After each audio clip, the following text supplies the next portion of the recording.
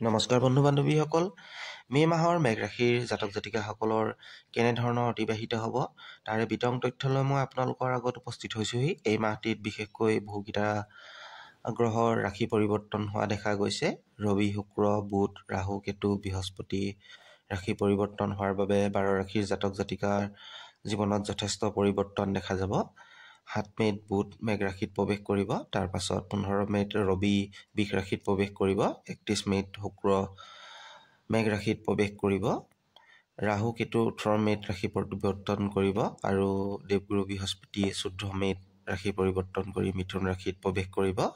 মেঘ ৰাশিৰ জাতক জাতিকাসকলৰ এই মাহটো আপোনালোকৰ বাবে মধ্যম ফলদায়ক হোৱা দেখা যাব। এই মাহটোত আপোনালোকৰ আত্মবিশ্বাস প্ৰবল হ'ব, আৰ্থিক দিশত টনকিয়াল হোৱা দেখা যাব। বিনিয়োগৰ ক্ষেত্ৰত সঠিক বিনিয়োগৰ পৰা লাভান্বিত হ'ব। এই মাহত কৰ্মজীৱনত অগ্ৰগতি লাভ কৰিব, লগতে নতুন দায়িত্ব পোৱাৰ সুবিধা লাভ কৰিব পাৰে। পাৰিবাৰিক জীৱনত সমস্যাবোৰ সমাধান হোৱাৰ দিশত আগবাঢ়িব, পাৰিবাৰিক দিশত শান্তি আহিব। শুক্ৰ আৰু বৃহস্পতিৰ সুপ্ৰভাৱৰ বাবে নিবনুৱা সকলৰ কৰ্ম সংস্থাপনৰ সুবিধা লাভ কৰিব পাৰে, তেওঁলোকৰ ভাগ্য উদয় হ'ব।